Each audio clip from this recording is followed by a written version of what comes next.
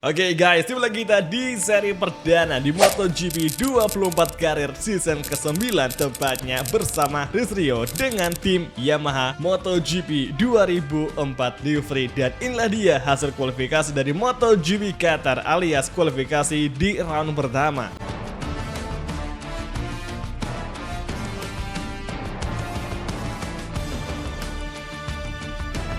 Dari segi lap time itu yang mungkin memang beda sama tes kemarin. Nah, itulah fungsinya dari adaptive AI yang ngebaca atau mengimbangi lap time kita di MotoGP Qatar. Nah, sekarang sesi sprint race event dan seperti biasa double soft dan juga bensin setengah tangki kita pakai agar Yamaha M1 kita lebih ringan dan juga lebih ngegigit gripnya di aspal sirkuit Lusail. Oke, inilah dia round pertama MotoGP Qatar Sprint Race Event season ke-9 sudah dimulai.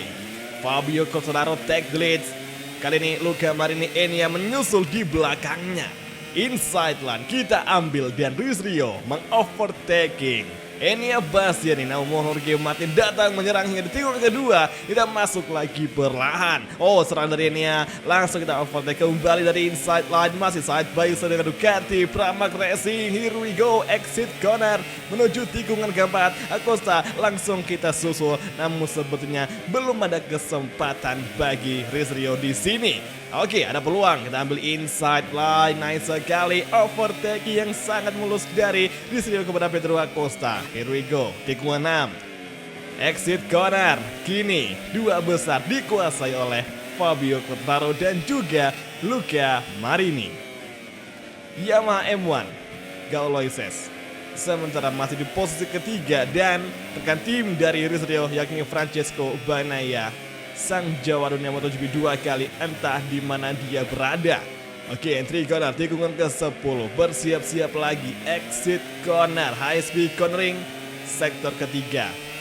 Menuju tikungan ke-12, masih Yamaha mencoba terus. Sepertinya kita ngebikin sebuah kesalahan sehingga kita gagal mempertahankan tempat ketiga. Acosta kini datang mengambil alih tempat ketiga dari Rizrio. Exit corner, last sector, dua tikungan terakhir, masih Acosta mendefense dan kini menuju tikungan 16, kita susul lagi Acosta side by side hingga di braking zone. Acosta kembali melawan. Apakah dia melebar? Dan benar saja kita ambil celah ini sehingga sekarang Rizrio dengan M1 Gauloises MotoGP kembali di tempat ketiga. Water race di lap pertama. Saat ini update posisi masih Fabio Quartararo, Luca Marini di depan kita. Sementara itu untuk Enea Bastianini, Acosta serta Rizrio melengkapi 5 besar. Oh, sorry sekali, sebuah mistake dari Rizrio yang nyaris saja ngebikin balap yang terjatuh di tikungan kedua. Gue masih ingat sama momen tersebut yang pernah kejadian waktu kita balapan sama Honda Repsol. Kalau nggak salah kita udah ngambil alih race leader atau mungkin tempat kedua lagi ngejar posisi pertama. Itu kita wobble dan terjatuh di tikungan kedua dan penyebabnya sama kayak manuver tadi. Kita ngebraking dikala kondisi ban depan kita itu masih sedikit terangkat. Jadi itu benar-benar beresiko banget jika kita mencoba ngebraking dadakan ketika ban depan lagi sementara terangkat cuy, atau sedang wheelie ya, meskipun jarak 5 atau 10 cm itu bahaya sekali. Efeknya motor bakal wobble ketika braking zone ya, terus itu ngebikin kita terjatuh. Sprint race event masih berlangsung di lap kedua di sektor ketiga akhir. Menuju tikungan ke-13, apakah Luca Marini bisa diburu oleh Rizrio? Let's go, kita buktikan diri. Entry corner, lap kedua segera berakhir. Saat ini menuju tikungan 15. Sepertinya bendera kuning berkibar, yang mana Enea Bastianini atau rider dari Pramac Racing terjatuh di tikungan ke-14. Lap kedua di sprint race event sehingga sekarang Acosta masuk di 4 besar dan Jorge Martin melengkapi 5 besar. Alonso Lopez yang merupakan rekan tim dari Fabio Quartararo masih di posisi ke-8, dan siapa sangka Rizrio menjadi fastest lap of the race dengan lap time 1 menit 51,47 sekian detik. Let's go guys, kita buru lagi. Luca Marini di tikungan ketiga. Sepertinya peluang besar akan tercipta untuk Chris Rio nge-overtaking Luca Marini dengan Ducati VR46. Hati-hati, kita masih mencari celah. Langsung saja kita masih belum bisa, sabar dulu. Tikungan hairpin, tikungan ke-6. Kembali exit corner. Hari on. Masih Yamaha MotoGP menyusul bersikeras untuk mengejar Luca Marini, dan hingga sekarang video kita cukup bagus karena kita nggak ada peringatan track limit sama sekali dari MotoGP Stewart. Kita benar-benar clean lap di lap ketiga ini. Baru aja kita ngomongin, kita udah nge-shortcut meskipun hanya sejengkal saja. Tikungan ke-11, high speed cornering. Lagi dan lagi, yellow flag dikibarkan. Entry corner tikungan ke-12 masuk perlahan dan Marco Bezzecchi out of the race. Last sektor menuju tikungan ke-14. Satu sektor tersisa dan kini ancaman akan datang untuk Luca Marini. Kita terlalu berambisi mengambil inside line sehingga sekarang terpaksa kita melewati area track limit, dan sepertinya untuk kesempatan kita mengalahkan Luca Marini di last sektor lap terakhir MotoGP Sprint Race Event seri pertama itu gagal. Dan finally MotoGP Sprint Race Event di seri pertama usai sudah dengan Fabio Quartararo meraih kemenangan, Luca Marini kedua, dan Chris Rio melengkapi tempat ketiga.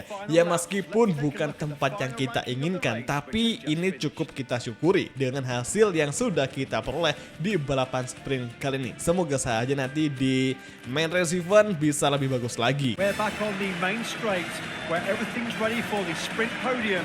It was a thrilling race with both teams and fans on cloud nine.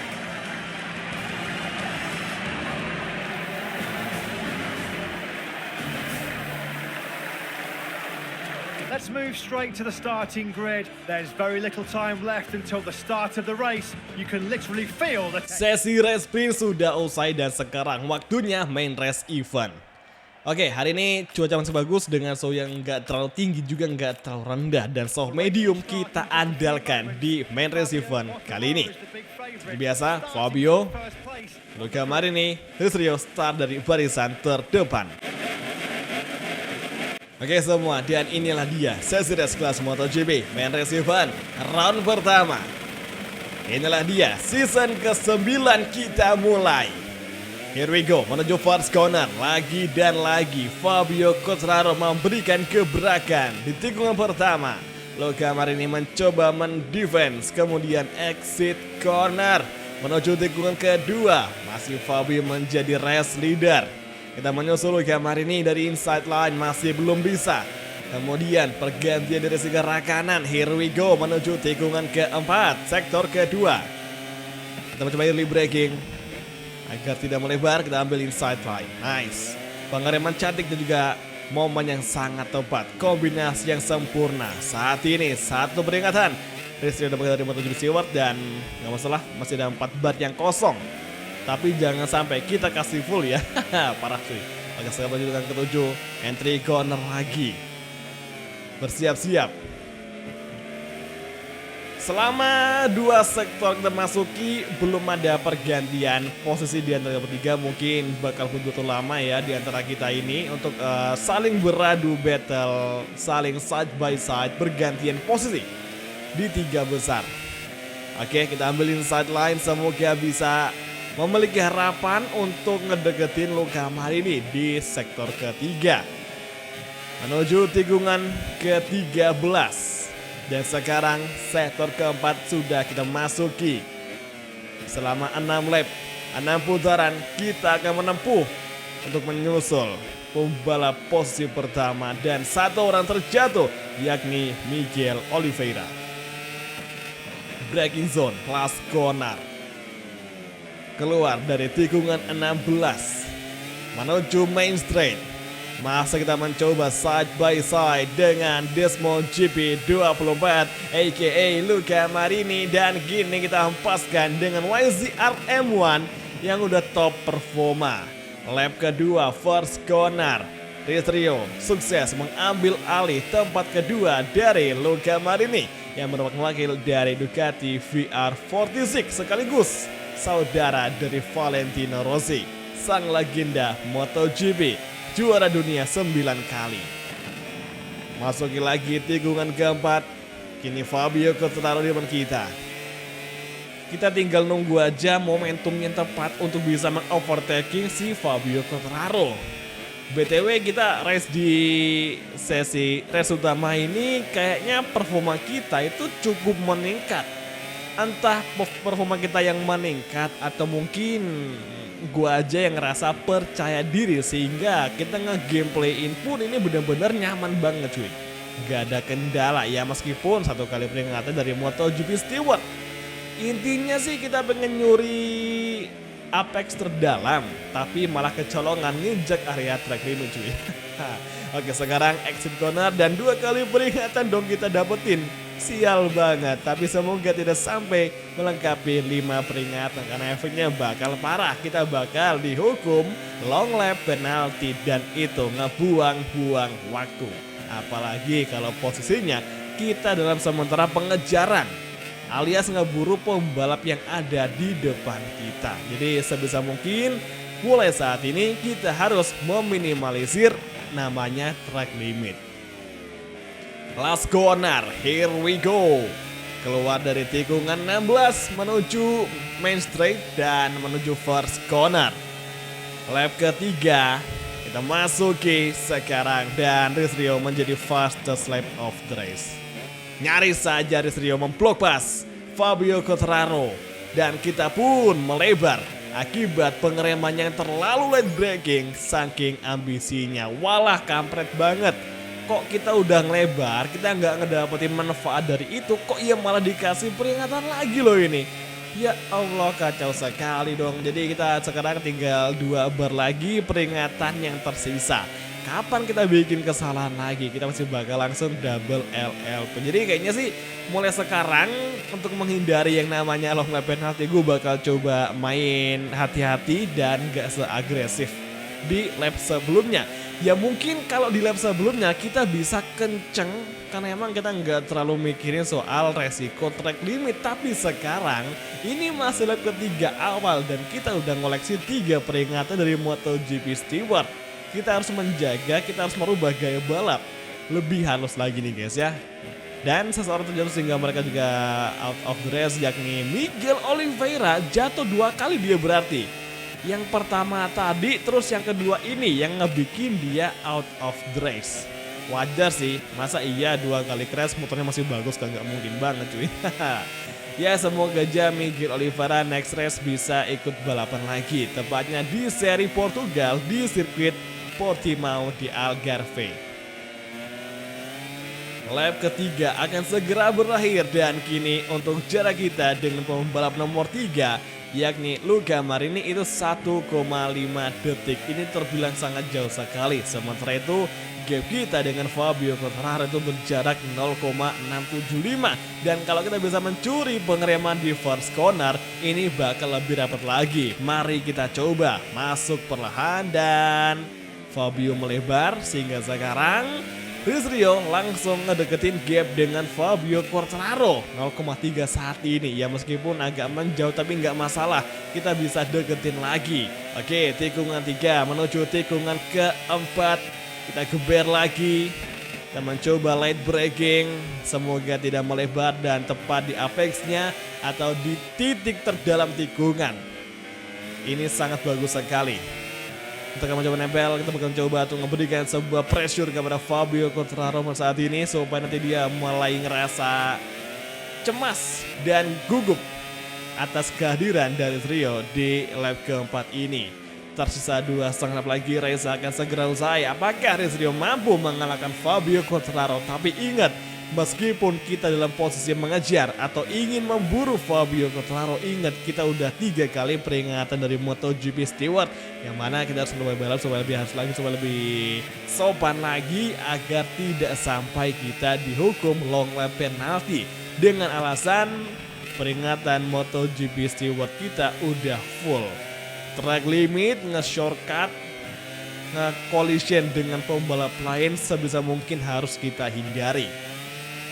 Oke, sekarang gap dengan Luca Marini menjadi 2,9 detikan. Ini sangatlah jauh sekali. Kita udah ngebikin gap hampir 3 detik dari pembalap nomor 3, yakni Luca Marini. Dan bisa dibilang tinggal kita doang nih yang rasa-rasanya bisa bersaing di perebutan posisi pertama. Soalnya kita doang yang deket sama si Fabio Quartararo saat ini. Sementara itu Luca Marini udah jauh banget cuy. Jadi 2 rider tersisa untuk persaingan di barisan depan. Lihat aja itu di bagian mapsnya atau di jalur sirkuitnya itu ada titik-titik yang paling depan itu adalah kita berdua. Dan satu orang di antara rombongan itu adalah si Luca Marini yang ada di posisi ketiga. Dan yang lainnya itu masih di posisi 4 ke belakang. Itu kayak lagi rapat banget cuy. Oke, kini lap kelima sudah kita masuki dan Rio masih menjadi fastest lap of the race. Ya wajar kita nggak secepat kayak di sesi sprint tadi, soalnya kita menggunakan soft medium yang lebih keras nih daripada balapan di sprint tadi dengan kompon double soft. Jadi cukup wajar. Yang terpenting kita harus bisa menyusul Fabio Quartararo. Let's go guys. Sektor ketiga kita masuki dan menuju tikungan ke-9 entry corner. Here we go. Nice, semakin dekat semakin rapat. Ancaman dari pembalap Yamaha MotoGP Livery 2004 akan segera menghampiri Fabio Quartararo. 1,5 lap lagi race akan segera usai dan saat ini langsung saja kita mencoba mengambil inside line di tikungan ke-12, 13. Kemudian ini dia momentumnya. Dan di sebelah kanan kita bakal masuk, bisakah? Masih belum bisa. Oke, tahan dulu. Tahan dulu, kemudian menuju last corner, tikungan 16, kita track limit dan kini braking zone, tikungan terakhir. Santai dulu, exit corner, peluang kita terbuka di sini. Kita mencoba slipstream, here we go, kita buru Fabio Quartararo, kita overtaking di top speed dengan M1 Livery 2004. What a race, what a move di lap terakhir di first corner. Oke, sekarang kita sudah membawa Rio di posisi pertama, sembari kita harus bertahan dari serangannya akan datang dari Fabio Quartararo. Pergantian direksi ke arah kanan menuju tikungan keempat. Kita mencoba early braking. Oke, cukup sliding, hati-hati, keep fighting.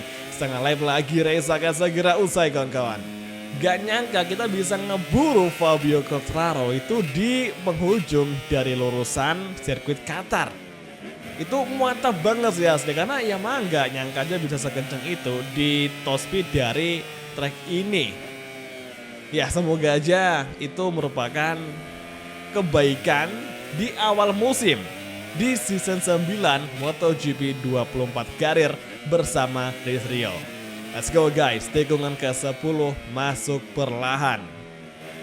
Setengah lap lagi, race akan segera usai dan kini Rio masih mencoba terus untuk membuktikan diri. Begitu kita di musim ini membawa atribut dari Indonesia yakni helm NHK.